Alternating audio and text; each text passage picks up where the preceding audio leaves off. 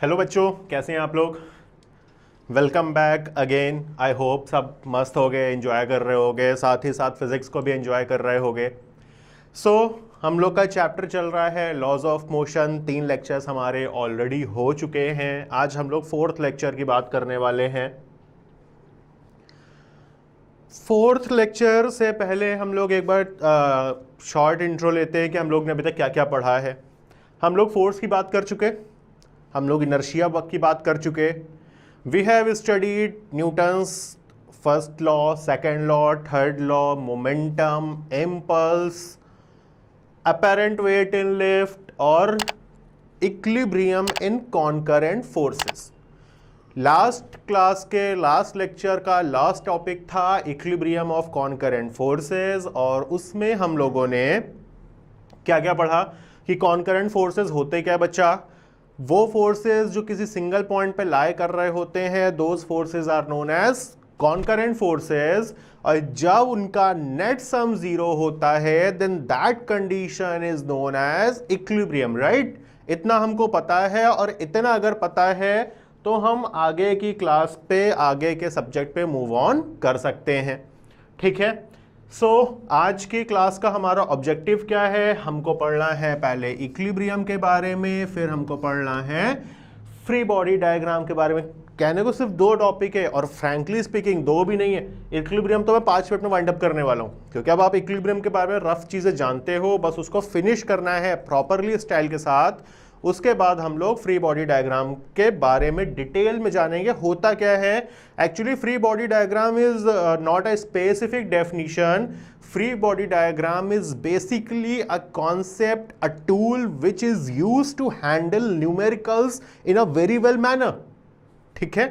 सो हम लोग देखते हैं कि हमको कैसे फ्री बॉडी डायग्राम को टैकल करना है, फ्री बॉडी डायग्राम हमारी कैसे हेल्प करने वाला है चीज़ों को सॉल्व करने में। ठीक, तो चलिए शुरू करते हैं हम लोग। यहां देखिए, अब आपके पास सीन क्या है। यहां पे इक्विलिब्रियम है। When net force acting on a body is zero then body is said to be in equilibrium. यहां पे आपको एक फिगर दिख रहा है।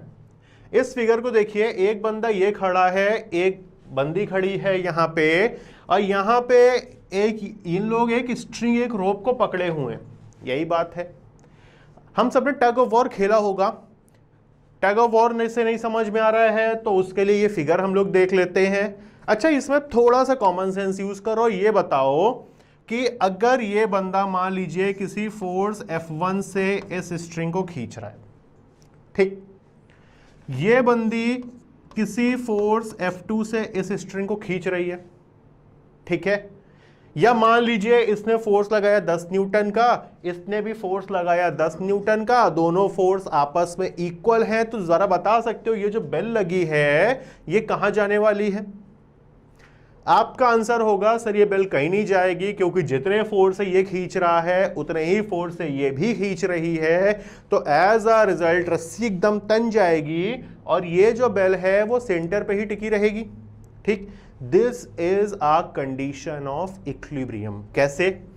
जितना फोर्स ये लगा रहा था वो F1 था, ठीक है, जितना फोर्स ये लगा रही थी वो F2 था। डन।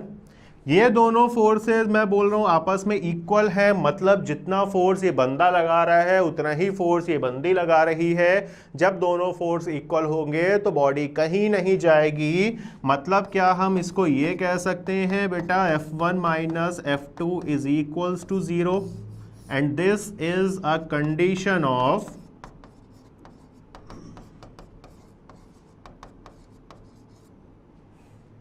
इक्विलिब्रियम। आसान भाषा में हमको सिर्फ और सिर्फ इक्विलिब्रियम में इतनी सी बात याद रखनी है कि अगर किसी बॉडी पे 2 फोर्सेस हैं, दोनों अपोजिट हैं और इक्वल हैं, 2 कंडीशन है, 2 फोर्सेस हो अपोजिट डायरेक्शन में हो, कंडीशन नंबर 1, इक्वल हो, कंडीशन नंबर 2, अगर ऐसा मिलता है तो बॉडी हर हाल में इक्विलिब्रियम में होगी। अपने नोट्स में पॉइंट नोट कर लीजिएगा। पहली कंडीशन है फोर्सेस इक्वल होने चाहिए, दूसरी कंडीशन है दोनों फोर्स अपोजिट डायरेक्शन में होने चाहिए। अगर इतना हो रहा है तो हर बॉडी हमेशा इक्विलिब्रियम में मौजूद होगी। बट ये 2 कंडीशन है, अगर ये दोनों कंडीशन फुलफिल ना हो, सपोज सपोज मान लीजिए ऐसा कुछ नहीं हो रहा है, हटाइए,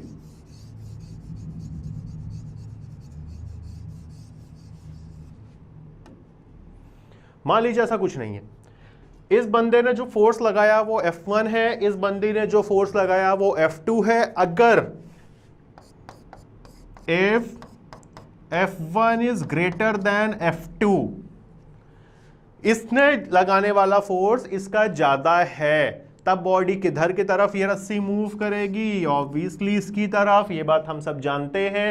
और किस फोर्स से मूव करेगी बच्चा? मान लीजिए हम एग्जांपल के तौर पे ले लें कि इसने लगाया है 10 न्यूटन का फोर्स, ठीक, बंदी ने लगाया है 6 न्यूटन का फोर्स, ठीक है, इसने लगाया 10 न्यूटन का फोर्स, इसने लगाया 6 न्यूटन का फोर्स। रस्सी किधर जाएगी? 10 न्यूटन की तरफ। और कितने फोर्स से जाएगी? F equal to F1 minus of F2, that means 10 minus of 6, 4 newton के फोर्स से रस्सी जिधर का फोर्स ज्यादा है उधर की तरफ मूव कर जाएगी। ये जो कॉन्सेप्ट है कहने को बहुत सिंपल है, ये बात हम सब पहले से जानते हैं, लेकिन इस कॉन्सेप्ट का वाइडली यूज आज के लेक्चर में हम थ्रू आउट करने वाले हैं। जितना भी आज का लेक्चर होगा वो पूरा का पूरा इसी कॉन्सेप्ट पे चलने वाला है। बॉडी हमेशा याद रखिएगा उस डायरेक्शन में जाएगी जिधर का फोर्स ज्यादा है, और जिधर जिस फोर्स से जाएगी वो फोर्स इक्वल टू जिधर जा रही है उधर का force minus of opposite direction का फोर्स। यही काम तो हम किए हैं। इस बात को बच्चा मैं बार बार इसलिए रिपीट कर रहा हूं ना, क्योंकि यह बात बहुत इंपॉर्टेंट है। अगर ये लाइन क्लियर हो गई आपको तो आज के न्यूमेरिकल में कोई तुमको डिफीट नहीं कर सकता। और एक बात मैं सिर्फ इसलिए नहीं कह रहा हूं कि कोई डिफीट नहीं कर सकता, वो इजी है, एक्चुअल में इजी है नहीं। जब आप किसी भी बच्चे से पूछोगे तुमको फ्री बॉडी डायग्राम आता है, तुमको लॉज ऑफ मोशन के क्वेश्चंस आते हैं, बंदा कहीं ना कहीं झिझकता है। हर बच्चा, मैक्सिमम बच्चा, जहां पे मैक्सिमम बच्चा लायक होगा वहां तुम लायक नहीं होगे, ठीक है। बस इतना सा ध्यान रखना, बॉडी जिस फोर्स से जा रही है वो फोर्स इक्वल टू जिधर जा रही है उधर का फोर्स माइनस ऑपोजिट डायरेक्शन का फोर्स। इतनी बात क्लियर। हम दो चीज आज अभी तक सीख चुके हैं। पहला इक्विलिब्रियम, मतलब दो फोर्स हो आपस में इक्वल हो और ऑपोजिट डायरेक्शन हो तो वो इक्विलिब्रियम की कंडीशन होती है। सपोज इक्विलिब्रियम नहीं है, बॉडी मूव कर रही है, तो उधर जाएगी जिधर दोनों का में से ज्यादा फोर्स होगा और दोनों के फोर्स के डिफरेंस का जो होगा उस फोर्स से वो मूव करेगी। इतना नोट हो गया, इतना समझ में भी आ गया, नोट्स में भी नोट है, भेजे में भी नोट हो गया है। आगे बढ़ते हैं, ठीक है। नाउ इक्विलिब्रियम में हमको इतना ही कॉन्सेप्ट पढ़ना था। अब इक्विलिब्रियम हमारा पूरी तरह से तैयार हो चुका है। अब हम आते हैं फ्री बॉडी डायग्राम पे, ठीक। फ्री बॉडी डायग्राम की डेफिनेशन आपको लर्न नहीं करना। पहली चीज, डेफिनेशन को सिर्फ समझना है और समझ के किनारे रख देना है, कोई यूज नहीं है। क्योंकि मैं डेफिनेशन के अकॉर्डिंग अगर आपको समझाने जाऊंगा तो ना आपको प्रॉपर समझ में आने वाला है ना मजा आने वाला है। हम लोग अपने देसी स्टाइल में समझने की कोशिश करेंगे, हमको अपनी आम भाषा ही अच्छी लगती है और उसी में हम चीजों को टैकल करते हैं। हमको क्या क्या करना है। फ्री बॉडी डायग्राम, मान लीजिए हमारे पास ढेर सारी बॉडीज हैं, बॉडी ए, बॉडी बी, बॉडी सी, ठीक। अब ये जो पूरा ढेर सारी बॉडीज का सिस्टम है, क्या है? सिस्टम। इस पे ढेर सारे फोर्सेस होंगे, मल्टीपल फोर्सेस होंगे, एक एक पूरा एक सिस्टम है, उसमें से एक एक बॉडी को आप अलग कर लो। ए अलग, बी अलग, इधर से भी बी रस्सी से जुड़ी है, इधर से भी ए इधर से रस्सी से जुड़ा था, सी को हमने फिर से अलग कर लिया, सी इधर रस्सी से जुड़ा है। मैंने कुछ नहीं किया, जो पूरा सिस्टम था हमारा बेटा उसको हमने तोड़ लिया, अलग अलग बॉडी को अलग अलग रख लिया, फ्री कर दिया सिस्टम से बॉडी को। क्या किया? फ्री कर दिया।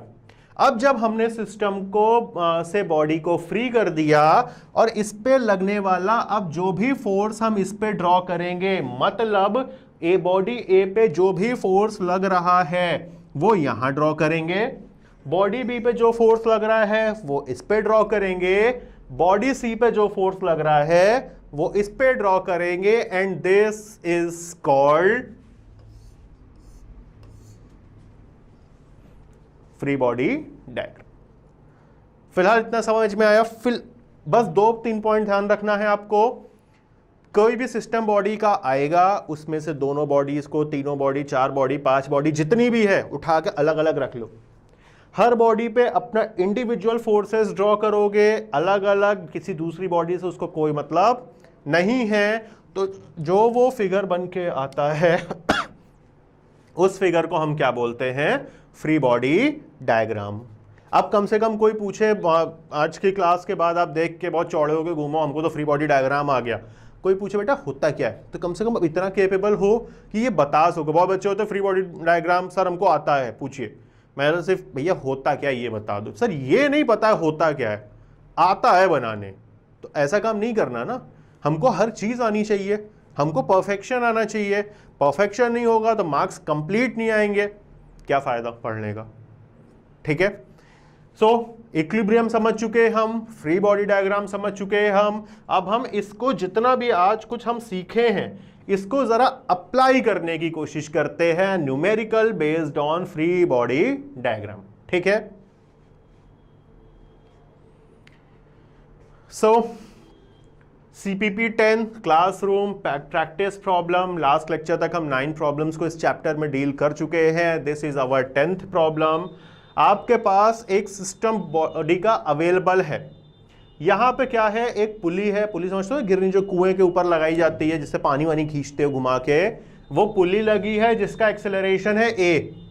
ठीक, एक ये बॉडी है जिसका मास है m1, एक ये बॉडी है जिसका मास है m2। ऐसा कॉमन सेंस की बात बताओ, दोनों में से मास ज्यादा किसका होगा? ऑब्वियसली m2 का होगा। भैया m2 नीचे है, भारी बॉडी नीचे होती है, हल्की बॉडी ऊपर होती है। m2 नीचे, m1 ऊपर, तो बॉडी कौन सी नीचे जाएगी, कौन सी ऊपर? m2g नीचे जाएगी और m1a कहां जाएगी? ऊपर की तरफ। इतनी बात ओके है? ठीक है, ये जो T है ना, T का मतलब होता है बेटा टेंशन। वो टेंशन नहीं जो आपको फिजिक्स पढ़ते टाइम आता है, उसकी टेंशन की बात नहीं कर रहा हूं। यहां पे टेंशन का मतलब होता है बच्चा फोर्स। अगर कभी आपसे टेंशन पूछता है तो यूनिट वही होगी जो फोर्स की है। ये वो टेंशन नहीं है जो हमको फिजिक्स पढ़ते टाइम, मैथ्स पढ़ते टाइम आ जाता है, सब बहुत टेंशन हो रहा है, वो वाला नहीं है। यहां पर टेंशन का मतलब है खिंचाव। क्या? खिंचाव। जैसे मान लीजिए कोई एक चीज किसी रस्सी से बंधी है, अब आपसे बोला जाए बेटा इस रस्सी के सहारे इस बॉडी को खींचो, आप क्या करोगे? पहले रस्सी को खींचोगे। जब तक रस्सी तनेगी नहीं, जब तक रस्सी पूरी खींचेगी नहीं, क्या पॉसिबल है बॉडी खिंच जाए? नहीं पॉसिबल है।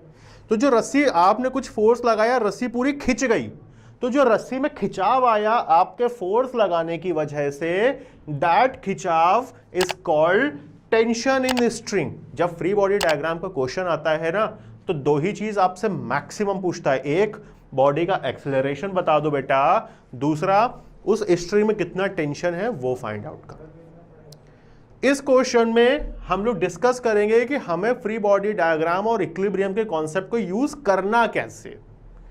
पहला काम, पहला स्टेप हमारा फ्री बॉडी डायग्राम को ड्रॉ करना। कैसे ड्रॉ करते हैं चलिए देखते हैं हम लोग।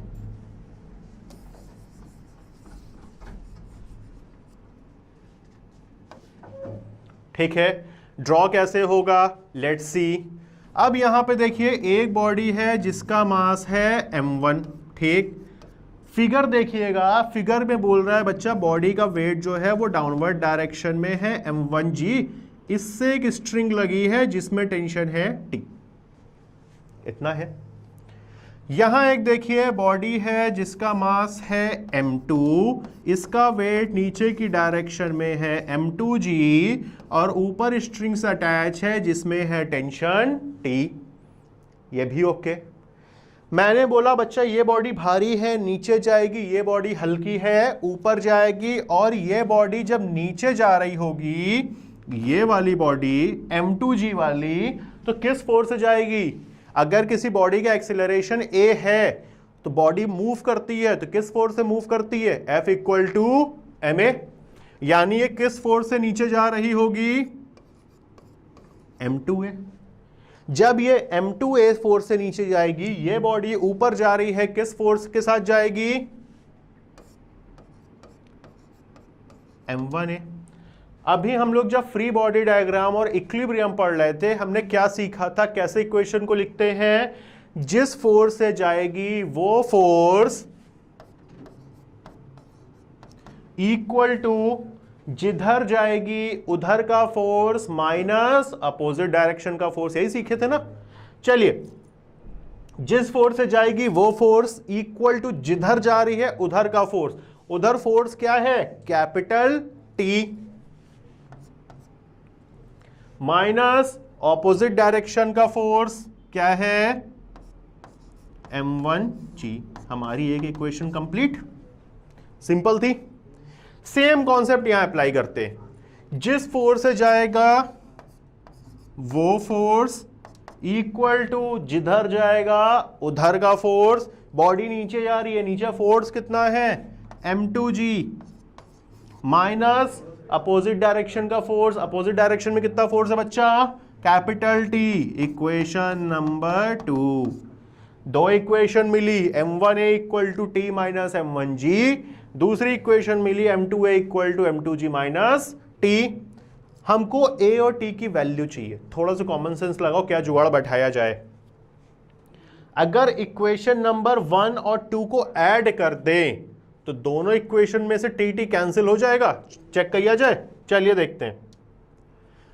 दोनों इक्वेशन को मैं ऐड कर रहा हूं, 1 प्लस 2, यानी m1a plus m2g equal to, जरा इधर देखिए, हमारे पास इक्वेशन क्या थी? m2g minus T plus T minus m1g। m2g minus T plus T minus of m1g। T से टी निपट गया, बचा क्या? यहां देखिए गलत हुआ है, इसको मैं सही कर रहा हूं। यहां पे a होना था ना, दिस इज m2a, ठीक है। अब देखिए यहां पे a कॉमन है, आराम से कॉमन ले लो, बचा क्या? m1 plus m2। यहां क्या कॉमन है? कॉमन लीजिए, g कॉमन, बचा क्या? m2 माइनस ऑफ m1, यही बचा। एक्सीलरेशन कितना आ गया बच्चा हम लोग का? g m2 minus of m1 divided by m1 plus m2। Answer. अब हमारे पास एक्सेलरेशन आ चुका है, हमको स्ट्रिंग का टेंशन और निकालना है। हमारे पास दो इक्वेशन ऑलरेडी यहां पे अवेलेबल हैं। देखिए, किसी भी इक्वेशन में उठा लो यार, जिसमें तुम्हारी इच्छा हो उसमें उठा के वैल्यू को रखो। मान लो हम इक्वेशन नंबर 1 ले लेते हैं, ठीक है। m1a equal to T minus m1g। m1a equal to T minus m1g, हमको टेंशन चाहिए। हम क्या इसको ये लिख सकते हैं? m1a plus m1g equal to T. m1 common मारो, a plus g equal to T. Acceleration की वैल्यू उठाते हैं।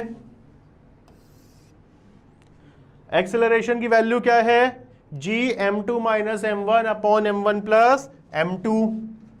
हमारा m1 कॉमन था, g m2 minus m1 upon m1 plus m2 plus g equal to T. यही काम था, है ना। अब देखिए यहां से g भी तो कॉमन है, एलसीएम ले लो। m2 minus of m1 plus m2 divided by m1 plus m2 equal to T. जो निपट रहा हो हटाओ फेंको, बचा क्या? 2m1 m2g upon m1 plus m2 equal to t। Free body diagram is the very finest topic of laws of motion. इस बात को ध्यान रखिएगा। अभी हम लोग केवल एक न्यूमेरिकल डिस्कस किए, एंड ट्रस्ट मी, अगर आपको ये 40% to 50% भी समझ में आया है ये numerical, then you are capable enough to do every kind of numerical of free body diagram. Trust me, पहला न्यूमेरिकल अगर आपको 40% भी समझ में आता है देन बहुत अच्छा रिस्पॉन्स है। सो पैनिक मत होना कि सर इतना टफ न्यूमेरिकल है, या टफ क्या था, इक्वेशन तो 2 कौड़ी की थी, इक्वेशन तो हमारी इजी से कॉन्सेप्ट से बन गई थी, सिर्फ कैलकुलेशन ही तो था। और कैलकुलेशन भी आपको इसलिए टफ लगा क्योंकि आपने पहली बार अभी इस न्यूमेरिकल को हैंडल किया है। 2 न्यूमेरिकल 3 न्यूमेरिकल बाद आप खुद अपना कॉन्फिडेंस लेवल चेक करना कि आपसे कितने न्यूमेरिकल्स यहां पे इजीली हो पा रहे हैं। ठीक है, तो चेक किया जाए।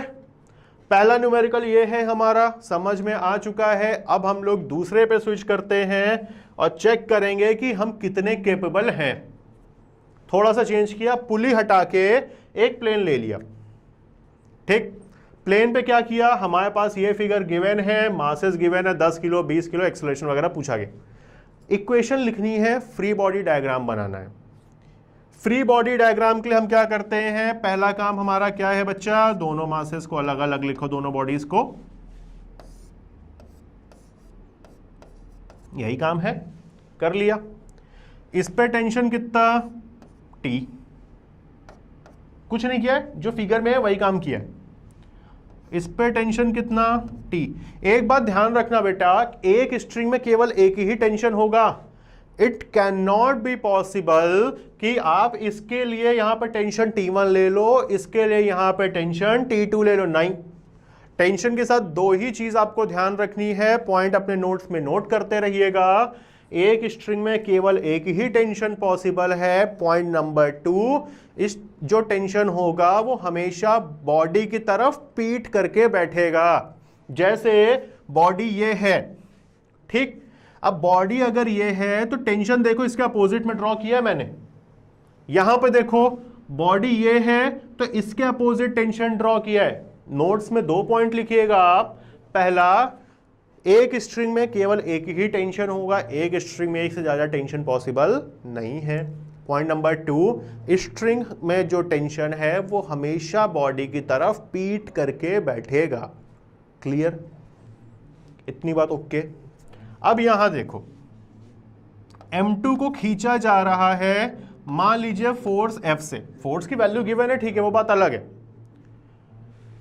अब देखो जरा, मान लो आपके पास 2 बॉडी है, दोनों को आप खींच रहे हो, ऐसे पकड़ के खींच रहे हो ना, तो बॉडी किधर जाएगी, ऑब्वियसली इधर ही की तरफ मूव करेगी। ये भी अब स्ट्रिंग से फंसी है तो ये भी यही मूव करेगी, यानी ये बॉडी यहां मूव करेगी किस फोर्स के साथ, M2A। ये वाली बॉडी किधर मूव करेगी, किस फोर्स के साथ, M1A। यही होगा। अब यहां देखिए इक्वेशन कैसे लिखते हैं बेटा, क्या इक्वेशन है हमारी, जिस फोर्स से जा रही है वो फोर्स क्या है, M2A, इक्वल टू जिधर जा रही है उधर का फोर्स, उधर जा रही उधर force F, minus opposite direction का फोर्स। इक्वेशन तैयार हो गई हमारी। यहां क्या करोगे, जिस फोर्स से जा रही है वो फोर्स इक्वल टू जिधर जा रही है उधर का force T, minus of opposite direction का फोर्स, कुछ नहीं था, हो गया खत्म, इक्वेशन तैयार। दोनों इक्वेशन को ऐड कर लो, तुम्हारा काम डन। अब अगर हम दोनों इक्वेशन को ऐड करते हैं, जैसे हमारे पास इक्वेशन क्या है, M2A equal to F minus of T, M1A equal to M2A plus M1A equal to F minus of T plus of T। हमने इक्वेशन 1 और 2 को क्या किया, ऐड कर लिया, T से T निपटा, हटाओ बाहर फेंको, एक्सेलरेशन को कॉमन मारो, this is M1 plus M2 equal to F। Acceleration कितना आ गया बच्चा, F upon M1 plus M2। F 500 newton given है, M1 10 kilo, M2 20 kilo, value रख के निकाल दो यार, खत्म करो झंझट। एक्सीलरेशन आ गया है। इक्वेशन नंबर 2 देखिए जरा हमारी, m1a इक्वल टू टी। जब इक्वेशन नंबर 2 हमारी m1a इक्वल टू टी है, m1 पता है, एक्सेलरेशन हम यहां से ऑलरेडी निकाल लेंगे न्यूमेरिक वैल्यू की हेल्प से। क्या हम टेंशन निकालने के लायक नहीं है क्या? क्या दिक्कत थी? कुछ नहीं, घटिया सा न्यूमेरिकल था, लोग कहते हैं बहुत अच्छा न्यूमेरिकल है, क्या औकात है बताओ। सिंपल सा इतना काम किया है कि भैया हम जानते हैं जो फोर्स ज्यादा होगा उधर की तरफ बॉडी भागेगी। सीधी सी बात है भाई, मान लो ये फोर्स है 10 न्यूटन, ठीक, ये है 6 न्यूटन, बॉडी कितने फोर्स से जाएगी? 4 न्यूटन से जाएगी। 10 इसका था, 6 इसका था, 10 माइनस 6 4 न्यूटन, वही काम तो घटिया सा किया है यार, ठीक है। सो 2 न्यूमेरिकल अब हम किए हैं एंड उम्मीद करता हूं कि पहले न्यूमेरिकल में जितना कंफर्टेबल लेवल था आपका, अब उससे ज्यादा कंफर्ट फील कर रहे होगे आप दूसरे न्यूमेरिकल के थ्रू। टफनेस को थोड़ा सा बढ़ा रहा हूं, ठीक है। अब टफनेस को बढ़ाने में मैं क्या कर रहा हूं, अब 2 की जगह 3 ब्लॉक है। पहला काम, तीनों की अलग अलग FBD, इसको अलग रखा, M2 को अलग रखा, M3 को अलग रखा। इस पे फोर्स हमको F ये गिवन है, T2 ये गिवन है, सिर्फ फिगर पे ही है, कहीं जा नहीं रहा हूं मैं, जो फिगर है उसी को तोड़ दिया इज्जत के साथ, कुछ नहीं किया है। यहां देखो M2 पे इधर T2 लगा दिए थे, इधर T1 लगा दिए थे, इधर देखो यहां पे T1 लगा दिए, तोड़ दिया। अब देखो बॉडी को यहां खींच रहे हो, फोर्स कितना है? F से खींचोगे तो ये बॉडी, ये बॉडी, ये बॉडी तीनों उधर ही की तरफ भागेगी जिधर फोर्स लगा रहे हो आप। किस फोर्स से भागेगी? इसका फोर्स कितना? M3A, इसका फोर्स कितना? M2A, इसका फोर्स कितना? M1A। डन, ठीक। आओ इधर, जिस फोर्स से जाएगी वो फोर्स इक्वल टू जिधर जाएगी उधर का फोर्स माइनस अपोजिट डायरेक्शन का फोर्स। इक्वेशन तैयार हो गई हमारी। इधर आते हैं, जिस फोर्स से जाएगी वो फोर्स इक्वल टू जिधर जाएगी उधर का फोर्स माइनस अपोजिट डायरेक्शन का फोर्स। ये इक्वेशन भी तैयार हो गई, हमारा काम खत्म। सेम कॉन्सेप्ट चल रहा है, आप देखो जरा, क्वेश्चन में लगातार वेरिएशन ले रहा हूं, लगातार अलग अलग टाइप के ले रहा हूं और लगातार सेम कॉन्सेप्ट यूज कर रहा हूं। इट जस्ट सिंपली शोज कि जो कॉन्सेप्ट आपको बनाया गया है, सिखाया गया है, वो आप हर जगह इस्तेमाल करो, आपका आंसर आएगा। यहां भी वही काम कर रहा हूं, जिस फोर्स से जा रही है वो फोर्स इक्वल टू जिधर जा रही है उधर का force minus of opposite direction का फोर्स। डन। अब आपका टास्क क्या है? आपको निकालना क्या? Find acceleration of block and tension in string. यार मतलब आपसे पूछा गया है बेटा A बता दो, बेटा T1 बता दो, बेटा T2 बता दो, यही 3 चीज तो पूछा है। तीनों 3 वेरिएबल की इक्वेशन है, 3 इक्वेशन है, क्या आप काबिल नहीं हो कि उसको सॉल्व कर लो? सिंपल से देखो, अब जैसे यहां पे M1 इक्वल टू T है, T की जगह M1 उठा सकते हो, T1 सॉरी इधर T1 है, सॉरी, अब ये T1 की जगह M1 उठा सकते हो ना, T1 की जगह M1 उठा के डाल दो भाई, T2 आ जाएगा, T2 की जगह ये डाल दिया, आपके पास एक्सीलरेशन मिल गया। और जब आपके पास एक्सीलरेशन मिला, एक्सीलरेशन की वैल्यू को उठा के यहां डाल देना, T1 मिल जाएगा, T1 की वैल्यू को उठा के यहां डाल देना और A की वैल्यू को T2 मिल जाएगा। Your job is done. इसके आगे की सॉल्विंग करने का काम आपका है, क्योंकि जब तक, देखो बहुत सिंपल सी बात होती है, जितनी आपकी पेन चलेगी उतना आपका स्कोर बढ़ेगा, यह तय है। टीचर आपको कितना भी पढ़ा ले, कितना भी समझा दे, अगर आपकी पेन आपके नोट्स में नहीं चल रही है, आप प्रैक्टिस नहीं कर रहे हो, तो आपका स्कोर राइज नहीं हो सकता। आप दुनिया के बेस्ट टीचर से पढ़ लो, कोई अंतर नहीं पड़ता। और आप एक नॉर्मल एवरेज टीचर से पढ़ो और उसकी बात को आप सीरियसली सुन रहे हो, मान रहे हो, उस पर ट्रस्ट कर रहे हो और आप प्रैक्टिस कर रहे हो, आपको कोई डिफीट नहीं कर पाएगा, ये भी उतना ही श्योर शॉट होता है।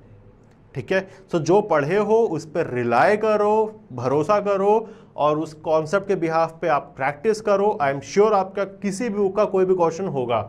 ठीक, अगर इनकेस नहीं होता है, कोई प्रॉब्लम है, देन कॉन्टैक्ट डिटेल्स आपके पास अवेलेबल है, यू कैन ईजिली, आप आराम से उस पर कॉल करो, आपको आपके चीजें रिजॉल्व होंगी। ठीक है, सो थोड़ा सा वेरिएशन और दे रहा हूं। अब इस वेरिएशन में क्या है, अभी तक हमने या तो पुली किया या तो हॉरिजॉन्टल प्लेन किया, अब यहां पे मैंने पुली भी लगा दिया है, यहां पे हॉरिजॉन्टल प्लेन भी लगा दिया है। ठीक है, अब यहां पे क्या चीजें हो सकती हैं, लेट्स फिगर आउट क्या क्या चीजें पॉसिबल है, क्या क्या होना चाहिए। पुली का भी प्रॉब्लम है भाई, हॉरिजॉन्टल प्लेन का भी प्रॉब्लम है, तो देखते हैं कहां तक चीजें सॉल्व होती है। ठीक है, सो क्या है, दो मासेस हैं, मान ले रही है m1 है, ठीक, मान ले रही है m2 है। अब जरा सोचो, इस पे कोई फोर्स नहीं लगा रहे हो, जरा क्वेश्चन पढ़ो, आपको क्या कोई फोर्स गिवन है? जरा क्वेश्चन के फिगर को देखो, क्या आपको यहां पे कोई फोर्स गिवन है? अब कॉमन सेंस लगाओ, एक बॉडी यहां रखी है, एक बॉडी लटकी है, क्या पॉसिबल है ये अपने आप ऊपर चढ़ जाए? ना, लेकिन ये नीचे जा सकती है, ये पॉसिबल जरूर है। तो जब भी कभी ऐसा होगा, एक बॉडी हॉरिजॉन्टल प्लेन पे रखी गई है और एक बॉडी नीचे हेल्ड कर रही है, तो नीचे वाली को नीचे गिराओगे, क्योंकि ये बॉडी तब तक यहां नहीं खींचेगी जब तक आप इसको फोर्स लगा के ना खींचो। कोई भी बॉडी अपने आप मूव नहीं करती है ना, मतलब इस बॉडी को हम लोग नीचे की तरफ भेजेंगे, किस फोर्स से? m2a से, इसी फोर्स से तो बॉडी मूव करती है। जब ये नीचे जाएगी तो ये बॉडी किधर की तरफ भागेगी? इधर की तरफ। ठीक, बाकी फोर्सेस ड्रॉ करते हैं। m2 की अगर हम बात करें, m2 ये है, किधर जा रही है? नीचे जा रही है। स्ट्रिंग ये है, इसमें टेंशन कितना है? T है। इस पे वेट कितना लाया कर रहा है नीचे? m2g। इतना ही काम तो हो रहा है ना। अब जब इतना काम यहां पे हम कर रहे हैं तो इक्वेशन इसकी क्या होगी? जिस फोर्स से जा रहा है वो फोर्स इक्वल टू जिधर जा रहा है उधर का force minus of opposite direction का फोर्स। डन, बात इतनी समझ में आ रही है? ठीक है, सो एक इक्वेशन ये हो गई। अब दूसरे पे आते हैं, आ जाओ। एक ब्लॉक हमारे पास ये है जिसका मास है m1, वो मूव कर रहा है इधर m1a से, और इसमें टेंशन T होगा ऑब्वियसली। इतनी बात समझ में आ रही है? अब देखो यहां पे, अब सर बोलोगे कि सर यहां पे भी तो इसका वेट नीचे लाई कर रहा है, इसको तो आपने लिखा नहीं। तो बच्चा, इसको मैंने क्यों नहीं लिखा? क्योंकि हम सिर्फ उस एक्सिस के, उस प्लेन के फोर्सेस को कंसीडर करेंगे जिस प्लेन के अलोंग बॉडी मूव कर रही है। यहां पे perpendicular vertical plane, vertical axis के थ्रू मूव कर रही थी ना, नीचे जा रही थी, तो मैंने इसके ही फोर्सेस लिए। यहां पे हॉरिजॉन्टल एक्स एक्सिस के अलोंग मूवमेंट है, तो एक्स एक्सिस के ही फोर्स कंसीडर होंगे। ये फोर्स, ये वाला देखो, ये वाई एक्सिस के अलोंग है, वाई एक्सिस के अलोंग का फोर्स हम कंसीडर नहीं करेंगे। तो हम क्या करेंगे? इसको ये काम करेंगे। ठीक, अब और कोई फोर्स क्या आपको दिख रहा है इस पे? है कोई पॉसिबल दिख रहा है आपको? ना। तो चलो आओ, जिस फोर्स से जा रही है वो फोर्स इक्वल टू जिधर जा रही है उधर का force minus of opposite direction का फोर्स। क्या है? 0। इक्वेशन नंबर 2 ये हो गई, इक्वेशन नंबर 1 ये हो गई। दोनों इक्वेशन को ऐड कर दोगे, T से T कैंसिल हो जाएगा, एक्सीलरेशन की वैल्यू मिल जाएगी। और जब एक्सीलरेशन की वैल्यू मिली, इक्वेशन नंबर 2 में रख देना, उसको उठा के हमको क्या मिल जाएगा? T। यही तो पूछा था। डन। अब थोड़ा सा कॉन्फिडेंस लेवल और बढ़ा है ना। कॉन्फिडेंस लेवल को और इंक्रीज करने के लिए आप थोड़े से न्यूमेरिकल्स, ज़्यादा अभी मैं नहीं बोलूँगा क्योंकि मैंने अभी फ्री बॉडी डायग्राम के बहुत कॉन्सेप्ट्स आपको नहीं पढ़ाए हैं, तो मैं बहुत ज़्यादा न्यूमेरिकल नहीं बोल रहा हूँ करने को। थोड़े बहुत न्यूमेरिकल हल्के हल्के लेना और आराम से करना। जो नेक्स्ट लेक्चर है, लेक्चर 5, वो फ्री बॉडी डायग्राम का लास्ट लेक्चर होगा और वहाँ पे आपको अच्छे टफ प्रॉब्लम्स कराए जाएंगे, जैसे इंक्लाइन प्लेन के प्रॉब्लम्स और बाकी सारी चीज़ें। सो मेक श्योर कि नेक्स्ट क्लास के वीडियो को जब आप देखो तो उसके पहले यहाँ तक एक बार अपने एंड से प्रैक्टिस ज़रूर कर लेना। बेटा अगर आपको लग रहा है कि आप दूसरी बुक का भी नहीं करना चाहते तो कोई नहीं, ये जो 3-4 न्यूमेरिकल आज डिस्कस किए आप सिर्फ इनको कर लेना ताकि माइंड में कॉन्सेप्ट बना रहे। जब हम आगे आने वाले, जैसे मैं दिखा देता हूं आपको, यहां पे कुछ इस टाइप के प्रॉब्लम्स मैं लूंगा नेक्स्ट क्लास पे, ठीक है। तो जब ऐसे टफ प्रॉब्लम्स आए तब आप उन चीजों को आराम से हैंडल कर सको, बहुत इजीली, बहुत आराम से। जितना आज आपको समझ में आया है इतने ही आराम से समझ में आएगा टफ से टफ प्रॉब्लम, जेई का हो, नीट का हो, अच्छे अच्छे स्कूल्स का आया हुआ हो, डजंट मैटर यार, सब क्वेश्चन आपसे बहुत आराम से होने वाला है। बस यहां तक आपको कर आना है, सिर्फ इतना टास्क दे रहा हूं, ठीक है। इसी के साथ उम्मीद करता हूं कि आपको यहाँ तक समझ में आया होगा और यहाँ तक आप प्रैक्टिस करके मिलोगे अच्छे बच्चों की तरीके, है ना। तो चलिए आज यहीं तक रखते हैं guys. So good bye, take care, यहाँ तक पढ़ के आइएगा। And one more thing guys, अगर आज के लेक्चर से रिलेटेड आपके पास कोई भी इशू होता है, कोई प्रॉब्लम है, तो हमारी कॉन्टैक्ट डिटेल्स आपके पास ऑलरेडी अवेलेबल है, जैसा मैं आपको पहले भी बता चुका हूँ।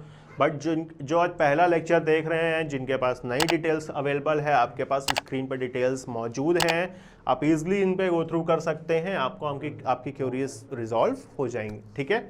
सो बाय गाइज, टेक केयर।